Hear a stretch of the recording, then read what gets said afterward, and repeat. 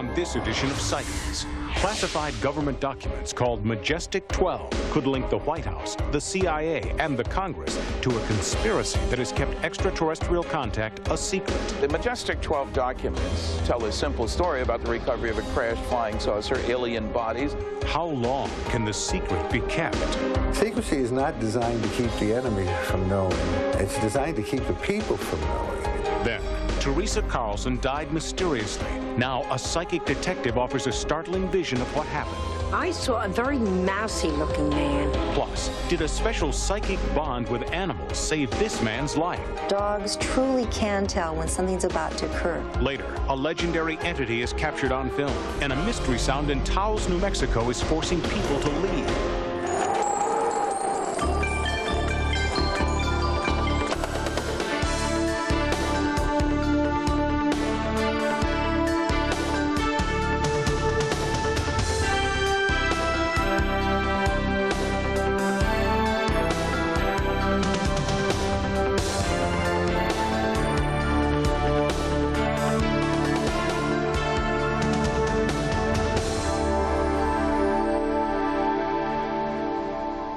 Welcome to Sightings. I'm Tim White.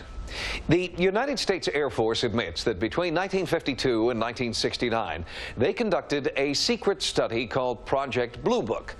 Its purpose was to determine if UFOs posed a real threat to the American people. Project Blue Book concluded that they did not, and since 1969, the Pentagon has denied participating in any other UFO study.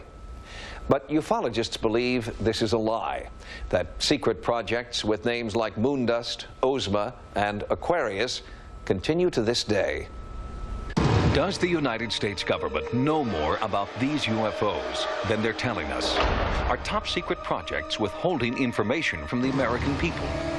There is mounting evidence that UFOs are considered a serious threat to our political and military stability.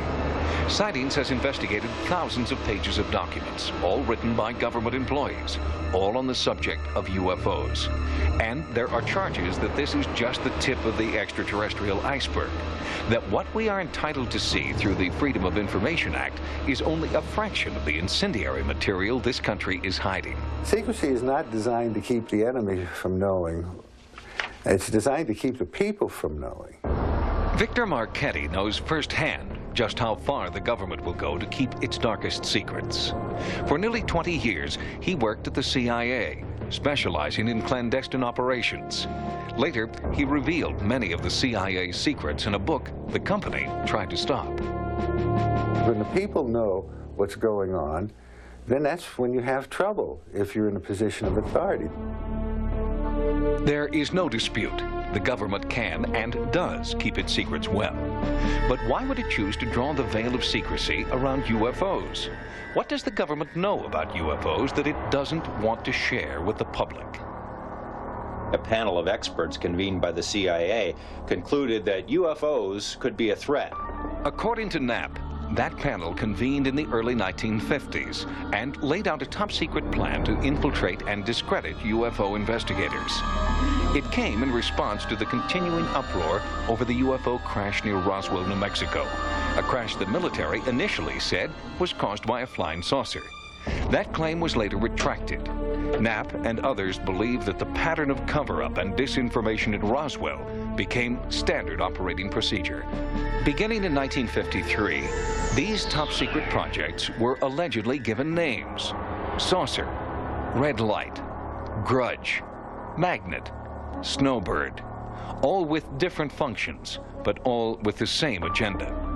This is being visited by aliens from outer space.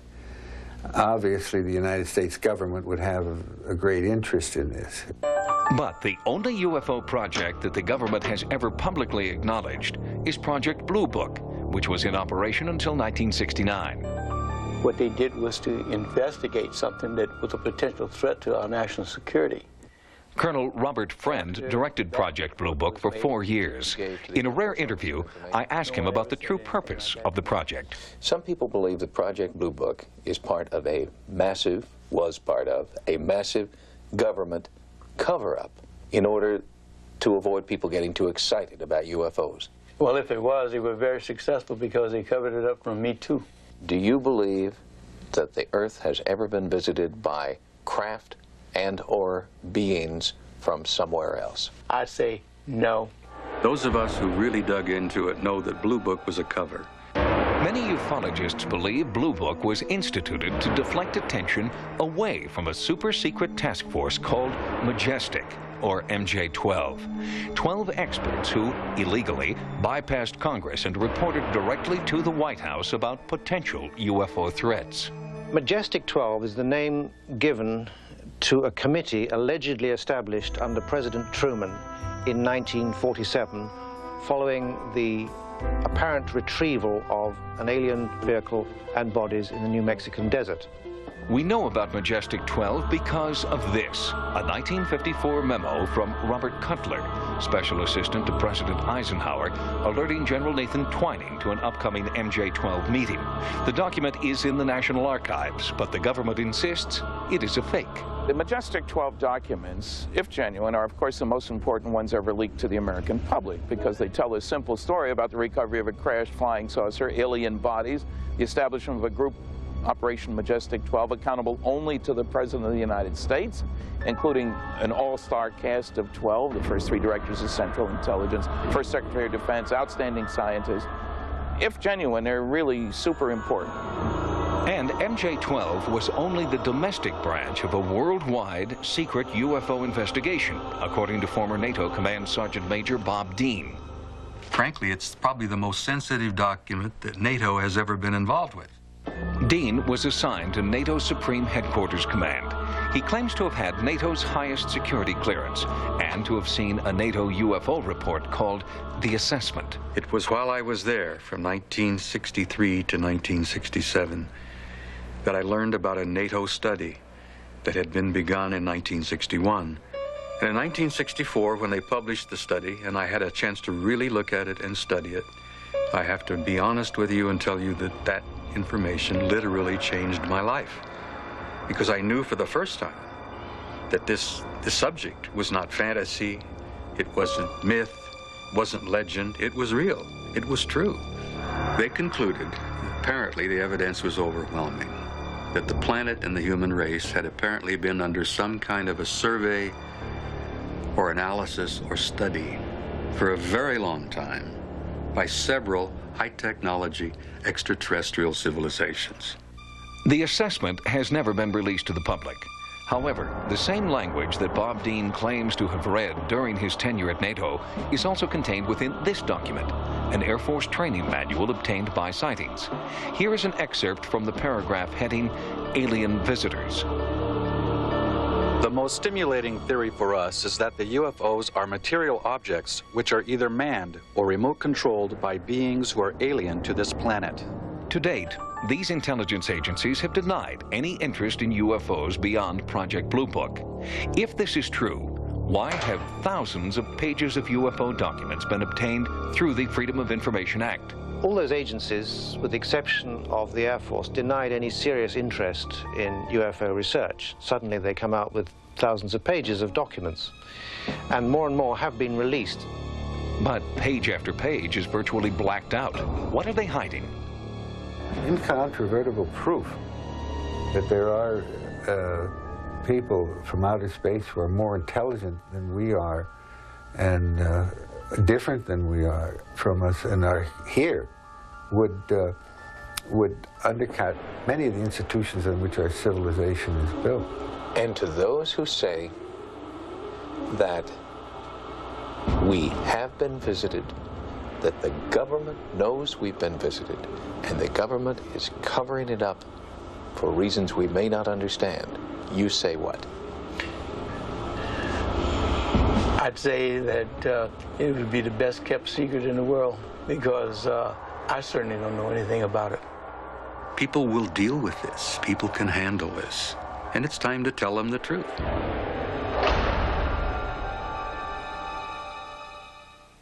The Roswell incident in New Mexico was the springboard that launched modern interest in UFOs and the persistent charge that the government knows more than they're telling us. Is there a Roswell conspiracy and cover-up? The arguments on both sides are convincing, as you'll discover when Sightings continues.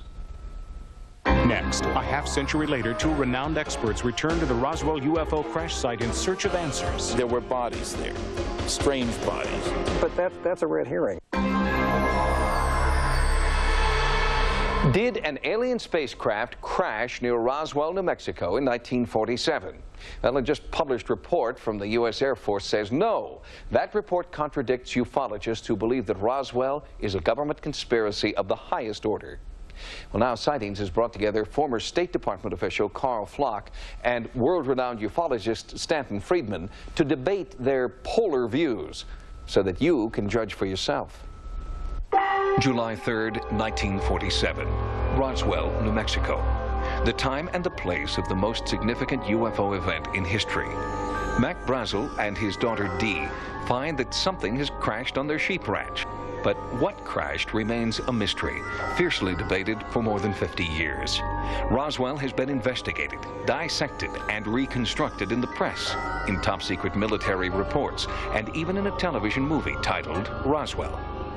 July 8th, the official government version of the incident released to the press. The UFO was a weather balloon. For 50 years, the military has maintained that no further explanation is necessary, but significant questions remain. First, what were the size, shape, and overall dimensions of the craft? Second, what was the craft made out of? What materials were recovered? Third, were bodies collected at the site? And were those bodies human? And finally, is the government hiding the truth about the extraterrestrial origin of those bodies? Sightings has brought together two world-renowned Roswell experts to debate their opposing views on the Roswell incident. Stanton Friedman is a physicist who has developed nuclear rocket technology for the space program. He has lectured on UFO phenomena since 1967. Roswell is important because it set the tone for what the government did and knew. I mean, that was 1947. It's important because it's proof that we're part of a galactic neighborhood. Aliens are coming here. Carl Flock is a former Deputy Assistant Secretary of Defense and CIA intelligence officer. He agrees with Friedman that there was a crash and a cover-up, but does not believe the incident was the result of extraterrestrial visitation. Flock's recently published study of the incident is titled Roswell in Perspective. I was not convinced one way or the other about the extraterrestrial element or precisely what was involved. The only thing I was sure of, or reasonably sure of, was that the official explanation of it being a weather balloon and a radar target misidentified was nonsense. Flock and Friedman agreed to meet near the site of the historic Roswell crash. The debate begins. I think after all these years of looking into this, that what really happened was that two saucers were winging their way along in New Mexico, ran into some kind of a problem, maybe a radar beam, maybe a lightning bolt, something like that, had a mid-air collision, and that most of the pieces of wreckage came down on the Brazel Ranch. All we can really say for sure is that Mac Brazel found something extremely unusual on that ranch. I think, frankly, that most of the testimony, even from people who have testified to the odd nature of some of this debris, points towards not something extraterrestrial, but towards Project Mogul, which was a very sensitive project. Project Mogul was a top-secret balloon program designed to detect Soviet nuclear activity. Flock believes that it was Mogul balloon debris that Air Force Major Jesse Marcel found at the crash site. He said that he tried to burn it and it wouldn't burn. He said that it was flexible. Flexibility is a property necessary to, but not exclusive to, weather and surveillance balloons. So it still leaves you with the bodies. But where are the bodies? We have descriptions, yes, of bodies which could be alien bodies. That's a definite possibility, and I want to make that clear. I mean, I'm certainly not excluding that by any stretch of the imagination. But they could also be human bodies that have been put through some incredible ordeal. There were bodies there, strange bodies. All of these things clearly indicate we're dealing with a cover-up of something far more important, believe it or not, than the wreckage of a balloon. Yeah, but you're assuming that the Army Air Force would not have moved swiftly and pretty decisively to keep the wraps on a project like Mogul, which stayed classified until well into the 80s, and which there's no question that there is a Roswell cover-up, or in fact actually probably two Roswell cover-ups, one having to do with covering up Mogul, and the other having to do with the issue, whatever it was, involving those bodies. But I think that this case is important no matter what. I think that we've got something, even if it turns out to be that there are no extraterrestrials involved, nonetheless, something very important happened there. Somebody died, aliens or otherwise, and the government has not come clean on it. There certainly was a cover-up. I think the cover-up's been kept to this day. From a ufological viewpoint, this has become, and I'm a little surprised because I was the original investigator, it's become the case, so to speak. Regardless of what the ultimate outcome turns out to be, it's important no matter what. It's an important issue of government accountability, and it may be an important issue of the future of the human race. The evidence is overwhelming that planet Earth is being visited by intelligently controlled extraterrestrial spacecraft. You know, I went out to the site, to the debris field as it's come to be known, where Rancher Brazel found whatever it was he found. And I thought, my God, what must it have been like to see this? And it's that same kind of feeling. I mean, the idea of holding something in your hand that might have come, you know, across millions, if possibly even billions of miles of space to get here. Recently, the Pentagon released the findings of their comprehensive investigation into the Roswell incident. According to the Secretary of the Air Force, Dr. Sheila E. Widnall, the research, quote, did not locate or develop any information that the Roswell incident was a UFO event. The full report, with all 33 attachments, is available for public review. It's at the Pentagon in the library there, room 1A 518. Next, a psychic bond between man and animal saves a life. There is a telepathy that goes on, an empathy that goes on between a person and a pet. Scientifically speaking, our pets have superhuman abilities. They can smell and hear things that we can't. Could then the same be true of an animal's abilities in the paranormal realm? Yes, according to one pet owner in California whose dog had a premonition of danger and saved his life. The unconditional love of a pet is beyond dispute. But is there also a psychic bond between pet and owner? There's scientific proof that dogs truly can tell when something's about to occur. Recently, Sightings introduced you to Angie Barnum. Her epileptic seizures were so unpredictable, she was confined to a wheelchair for her own safety. But Angie was liberated by her dog Sheba, who can sense an impending seizure before it occurs. She paces and whines and jumps on me if I'm not paying attention. She's constant. She always knows. It's a psychic gift this dog has also displayed. Cinder, a pet Rottweiler, is credited with saving the life of her owner because she too sensed impending danger. Ever since I was a little boy, I've always been fond of dogs, and I've always had a dog in my life. And I just feel that they are like people. In May of 1994, Lorenzo's special bond with his pets took on life-saving significance. Lorenzo and I usually go hiking up to the mountains. And that particular day I couldn't go with them because I was sick in bed. When I started out the hike, immediately Cinder wasn't herself, her normal self. She loves to be the leader of the pack. And this time, she immediately wanted just to sit down. And then she'd start off trying to go back down the trail. And then I started thinking, hey, she could be sick. Because of Cinder, the hike was cut short. If it hadn't been, Lorenzo might have died on that trail. I was really surprised because he had come back early. And he just kind of yelled at me from the kitchen and said, you know, I'm back early because Cinder's acting really funny and I think we're going to have to take her to the vet. I sit down on the couch and she's just sitting there in front of me, staring at me. And the next thing I know is I start to feel like a little bit of a palpitation. And I looked at Cinder and she had this glazed look on her like she's getting sick too. So I thought, well, I better call the vet for her. So I get up, and as I go to try and get the phone, the next thing I know is I'm laying there and I'm so weak, and I feel this nudging, you know, a cold nose near my hand, and there's a phone right there. So I was able to dial 911. She just ended up knowing that he needed that phone and pushed it over to him. Had Cinder sensed Lorenzo's impending heart attack? I think there truly is a fantastic rapport that occurs between people and pets. And it's not just a matter of the fact that we're the ones that feed them, take care of them, and house them. There is a telepathy that goes on, an empathy that goes on between a person and a pet. How we can explain it, we can't. When we first arrived at Lorenzo's house, Lorenzo's situation was definitely life-threatening. He was laying flat on his back on his living room floor. He appeared to be in pretty bad shape. And he was in pretty imminent danger of going into cardiac arrest. Rushed to the hospital, Lorenzo had a strange sense of deja vu. Lorenzo is a firefighter who himself has rescued many people in the line of duty. And during one of those rescues, he recalled that paranormal forces seemed to be at work there, too.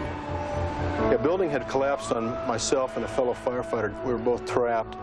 I had about a minute worth of air left, and I'd pretty much given myself up for dead. Instinct kicked in.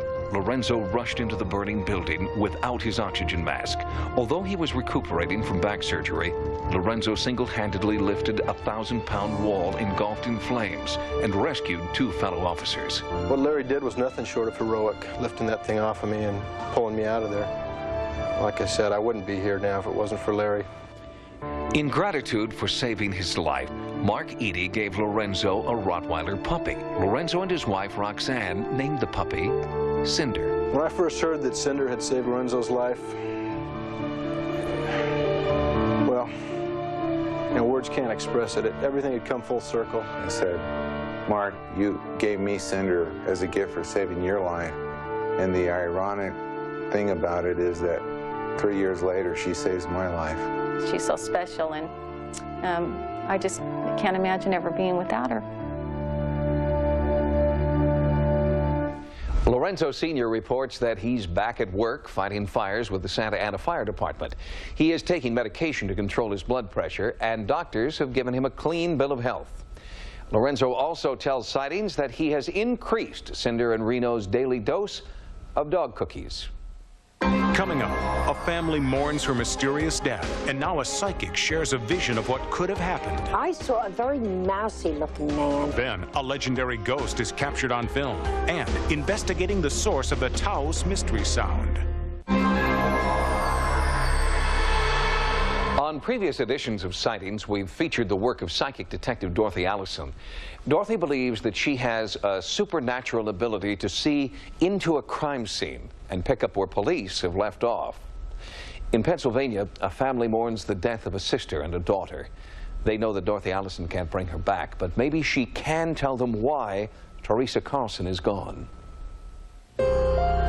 We can look out that window and just about see the spot where it happened. And not knowing who it was makes it a lot harder. She worried about everybody all the time. She had real compassion, and she trusted everybody too much, I think. You know, nobody was bad. Everybody was good. Did she die because she trusted too much?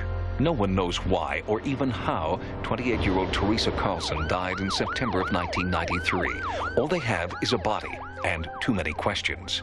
Police in Pennsylvania don't have the answers, but Teresa's family is not giving up. Most sisters usually fight and everything. We didn't. We never fought. No, we were always friends. You know, we always looked out for each other. Mary Ann Moeller is still looking out for her sister Teresa. She continues to meet with police detectives, struggling to keep the case alive. With the support of her fiancé, Colin Farrell, Mary Ann has decided to turn to a more unorthodox detective, psychic Dorothy Allison. Despite a heavy caseload, Dorothy cannot refuse this call for help. Those little blue eyes and big tears coming out of them, saying, I'd love to know what happened to my sister. I can't rest nights. I get nightmares. I see blood coming off my sister's arms. I see so many bad things. While the results are mixed, police detectives admit that turning to a psychic detective is often a family's last ray of hope in an otherwise unsolvable crime. Well, when you are looking for a solution to a crime and all efforts in traditional means have been exhausted, you tend to find people willing to believe certain things in order to come to closure. Arthur Lyons, co-author of The Blue Sense, has researched several psychic detectives and concludes that their use in a dead-end investigation often leads to a reopening of the case. We found many policemen willing to consult the psychic simply because they need closure, too, on the cases that they deal with. It was Colin Farrell, a Secret Service agent, who first suggested the use of a psychic in this case. Both he and Mary Ann believe that Teresa brought them together to love each other and to solve her murder. It's something you can't put into words, but that's why I know, sure as I'm alive, that her sister had a hand in bringing us together.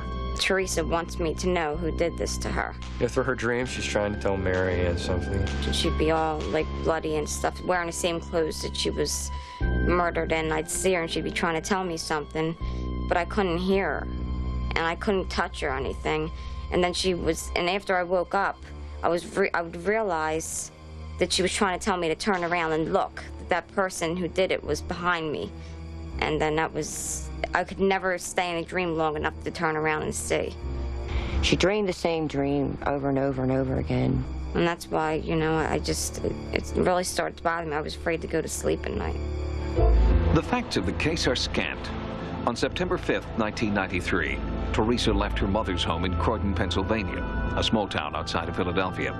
Her body was found 9 days later. It was badly decomposed, making it impossible to determine how, why, or by whom she'd been killed. Detective Ray Busick heads the investigation. She was found in a wooded area. She was covered with vegetation from that area. She was nude, lying on her back, clothed only in socks and her sneakers. Teresa was tracked from her residence on September 15th of 1993 in the Croydon area to a pharmacy, several local bars, until the evening hours, like 6 or 7 o'clock in the evening. The police have suspects, but no hard evidence. More than a year after Teresa's death, Dorothy begins her psychic investigation with the police department's cooperation. First, she reviews the facts and talks to the family. I had dreams about her. And what did you dream? Dreams are beautiful. I dreamed that she told me to come in bed and sleep with her. That's wonderful. Once she has touched both emotions and fact, she begins to get psychic impressions of the crime. Whenever I go to a police department, I come with what I think is the clues. It's like looking at television. It's as though somebody's reading off something. You're looking at a TV show or a movie, and things are coming gradually. Is there a place called Park Avenue anywhere on the way to where? I'm getting Park Avenue now. On Sam. Okay. There's also a Park Avenue in West Bristol. I'm getting behind the cemetery. Well, I just got that now. She was laying on her back here, her head up in this area, her feet down there. At the scene of the crime, Dorothy was flooded with images of how Teresa died. Police have asked us not to reveal those details. They hit too close to home. But we can show you a composite sketch of a man Dorothy believes witnessed the death. I saw a very mousy-looking man, and his eyes were so droopy that they reminded me of eyes that can't stay open, and, very drawn-looking. And I felt that his nickname was Needles because he took so many drugs. And I feel that he's got a very funny, shrill voice. Personally, I'm a believer. There are other people within my department who are non-believers. But even the non-believers admit that Dorothy has brought fresh information to the case that they are now following up. In the end, this meeting of minds, the psychic and the scientific, has served at least one very important purpose. It has given solace to Teresa Carlson's family, to her mother, her sister, and the children Teresa never meant to leave behind. I told them that somebody hurt their mom and she died because I just believe in telling them the truth because someday they're going to know it. They take her little papers from school and they talk to her. The baby even sat there and sang a song one day. He said, "She can hear me. I know she can hear me." So I think it helps them deal with their grief if they know. Before Dorothy Allison's involvement in the Teresa Carlson case, police investigated several suspects who were later ruled out. But many of Dorothy's clues have police taking another harder look at one of those original suspects. Sightings will bring you an update when and if there's a break in this case. Next, our strange encounters on a Connecticut road proof that ghosts walk among us. There's no other viable explanation. You know, you're forced to believe. Many people believe that ghosts are manifestations of the dead who sometimes walk among us. If that's true, you would think that the best place to find a ghost is in a cemetery. But after more than 100 ghost investigations, this is the first time Sightings has heard credible reports of a cemetery haunting. And there are photographs and videotape. The road was a little bit damp. And as I was driving, I had a sensation. You ever feel like someone's sitting next to you? I looked over, and there was a gentleman as plain and solid as anybody. It wasn't a transparent figure. I looked, saw him, looked forward, looked back, and that figure was gone. When I looked up, that's when I saw the woman in the road. And as soon as I stepped on the brakes, she came from about 40 feet to directly in front of the car. And the thing that sticks in my mind the most is the way her arm came up. It wasn't a stop. It was almost like she was reaching out, not to get me, but reaching out for something. Sightings of a transparent wraith, the Lady in White, have been reported near Connecticut's Union Cemetery for more than 3 decades. I was on call. There was a police officer with me, responding to a call of 3 transformers blowing up next door to the cemetery. When we got in front of the cemetery, I was looking side to side, and the police officer screamed, "Watch out." And I looked in front of the truck. There was a woman all dressed in white standing in the middle of the road. I applied the brakes. I couldn't stop in time, and I hit her. And the woman went over the hood of the truck and fell back, straight back down to the ground. When we jumped out to look, ran around to the front of the truck to look to see what I had hit, there was nothing there. There was no blood, no clothing, no body. There was nothing. We don't know who the White Lady is, but she has been witnessed by many people through the years, has been photographed, and her energy's been photographed. Black spirits or inhuman spirits seem to not allow her to get the help that she needs in order to pass on correctly. So for that reason, she remains earthbound. Lorraine and Ed Warren are among the world's premier paranormal investigators, with more than 46 years of experience in the field. They've studied apparitions in Union Cemetery for nearly a decade. The Warrens have interviewed many witnesses terrified by the Lady in White. After the figure went through the car, when I looked up, the road was red, and it wasn't someone's taillights. There were no cars in front of me. I think the reason that she appeared to him, and also the man appeared to him, if we would be in any pain or any anguish, we would go up to someone we felt a great deal of sensitivity from. The spirit would do exactly the same thing. Like attracts like, and the spirits found compassion in a man like him. I was very sad. I started crying in my car.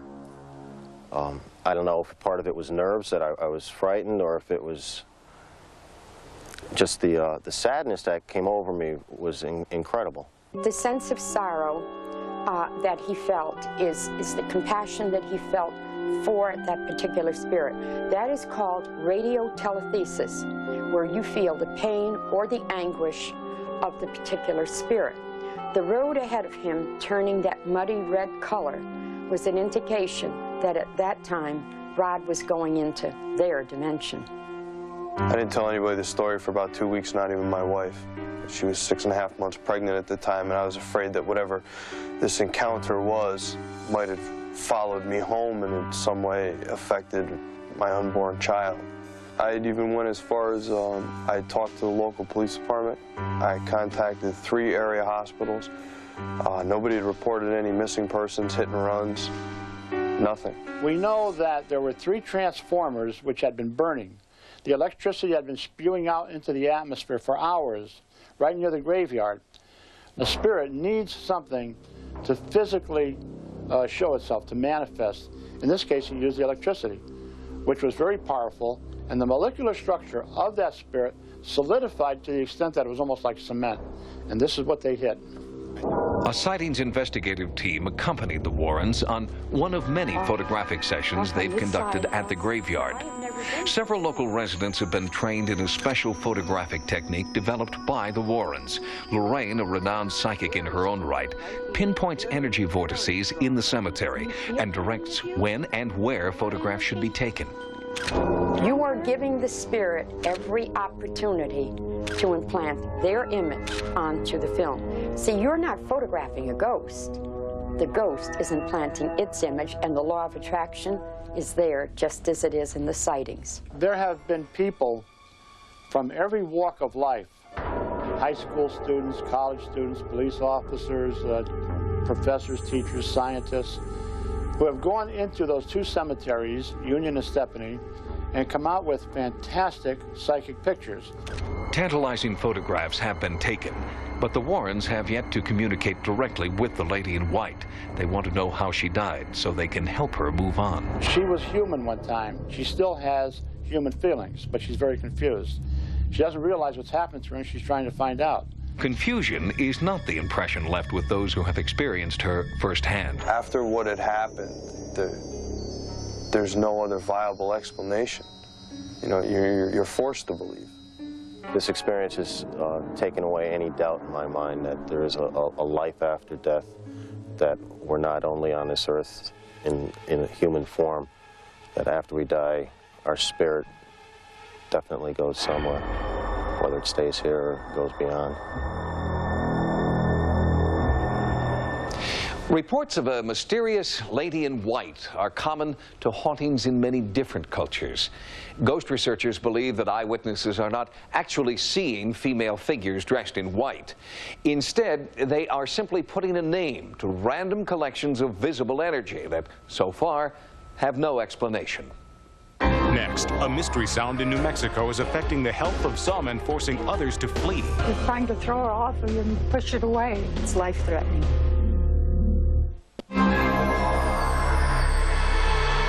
In 1991, several people in Taos, New Mexico started complaining that a mysterious low-frequency hum was driving them crazy and ruining their lives. Most of their neighbors thought that they were simply hearing things.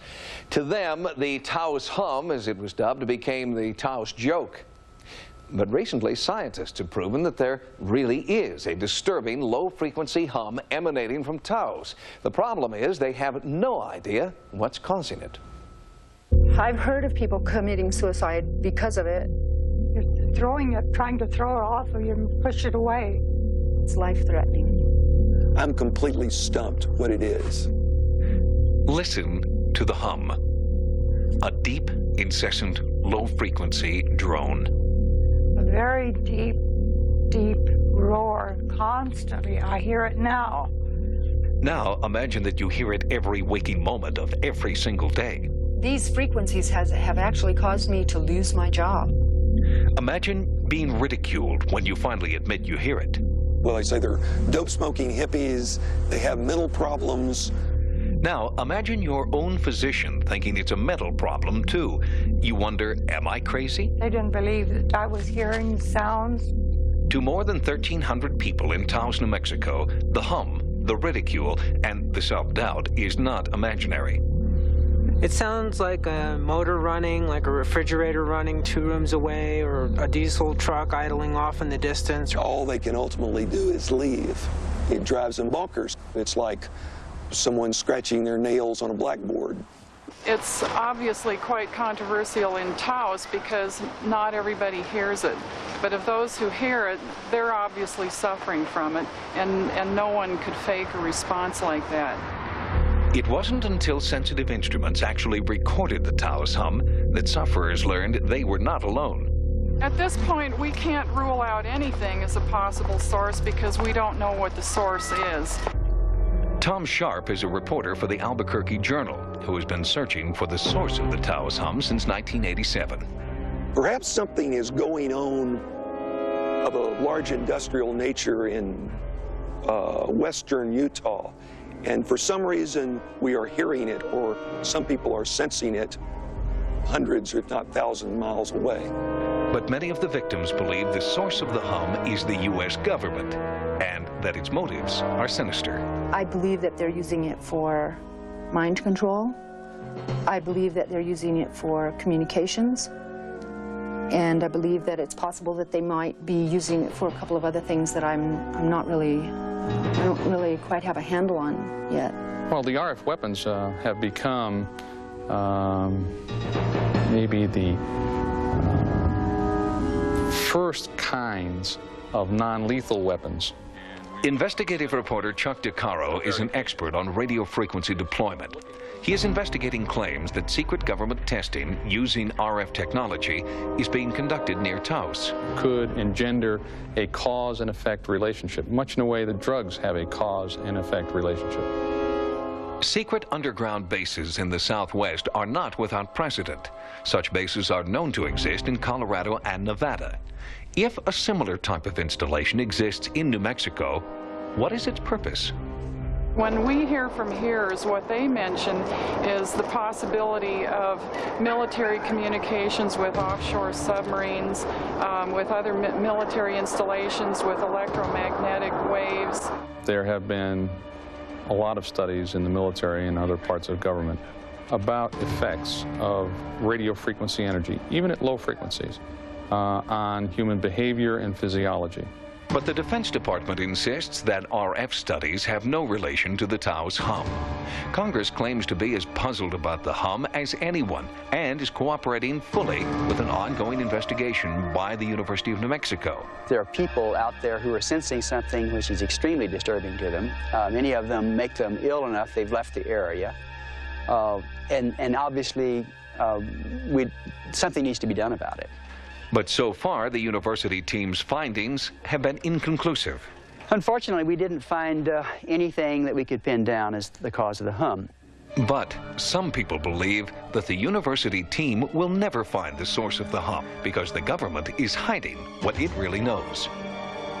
The Defense Department, they know what it is. I do not understand why they're not telling us what it is. Despite these claims, the University of New Mexico continues to study the Taos hum and its possible source. The University of New Mexico has had to design and build equipment that will test the responses of these people to very low frequencies. And equipment like this has never existed before, so that's been the difficult part of the research so far. While the team tries to invent new mechanisms for detecting the hum's source, sufferers in Taos are becoming more desperate. I feel like I'm a victim of something that I cannot stop. They cannot stop, and there's nothing we can do. Taos isn't the only American town that's humming. Recently, divers in Monterey, California experienced an underwater hum so strong that they felt the vibration in their lungs. The Monterey hum, actually more of a thump according to divers, has no discernible source. Tapes of the noise are now being analyzed by underwater acoustics experts. Their initial response is that the noise is mechanical, but remind us that the ocean contains many secrets yet to be revealed. Sightings has expanded its America Online area. Keyword Sightings when you log on for access to Sightings stories, images, and events. To subscribe to America Online, call 1-800-591-3344. And you can still reach Sightings 24 hours a day at 1-900-933-7444. Until next time, remember, no mystery is closed to an open mind. For Sightings, I'm Tim White. Next on Sci-Fi, Dark Shadows. The government's ultimate concealed weapon, the Invisible Man, a Sci-Fi original series. Disappearing Fridays at 8 on Sci-Fi.